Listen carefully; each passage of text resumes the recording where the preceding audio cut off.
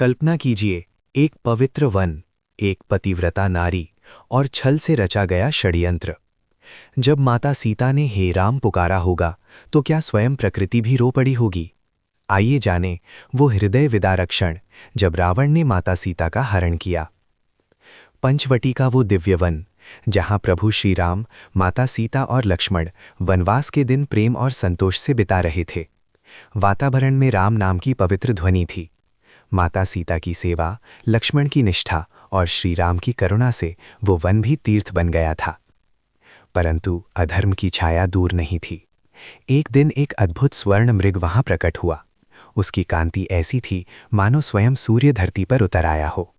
माता सीता ने सरल हृदय से कहा, नाथ, ये मृग कितना सुंदर है, यदि संभव हो तो ऐसे ले आइए। प्रभु मुस्कुराए और उसके पीछे चल दिए। वो स्वर्ण मृग वास्तव में मारीच था, रावण का भेजा हुआ मायावी राक्षस। जब श्री राम ने अपने बाण से उसे मारा, तो मरते समय उसने प्रभु की ही आवाज में पुकारा, हा लक्ष्मण, हा सीते। ये सुनकर माता सीता का हृदय कांप उठा। उनकी आंखों में भय था, प्रेम था और चिंता भी। उन्होंने लक्ष्मण से कहा, तुम्हारे भ्राता संकट में है, तुरंत जाओ। लक्ष्मण गंभीर होकर बोले, माता, बड़े भैया को कोई संकट छू भी नहीं सकता। परंतु एक पत्नी का हृदय तर्क नहीं समझता, वो केवल प्रेम समझता है।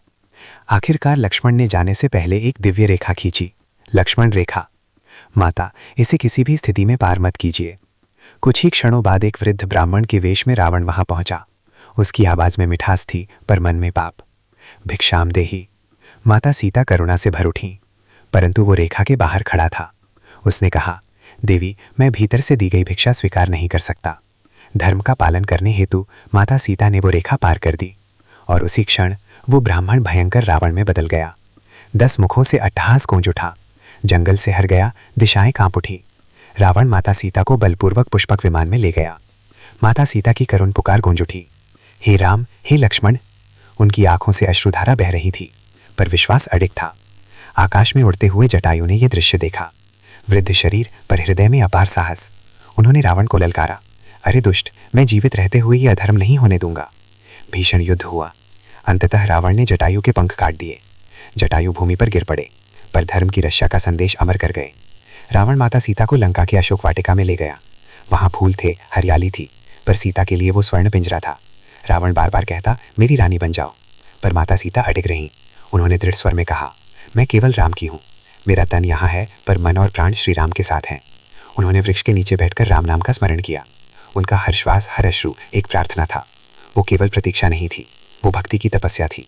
जब श्री राम लौटे और आश्रम खाली पाया, उनकी व्याकुल पुकार से वन रो उठा। यहीं से प्रारंभ हुआ धर्म और अधर्म का महायुद्ध। सीता हरण केवल एक घटना नहीं थी, वो संसार को ये सिखाने आई थी कि भक्ति और सत्य की परीक्षा चाहे कितनी भी कठिन क्यों ना हो, अंत में विजय धर्म की ही होती है।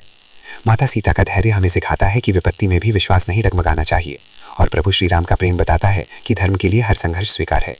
अगर आपके हृदय में भी राम नाम की ध्वनि गूंजती है, तो कमेंट में लिखें, जय श्री राम।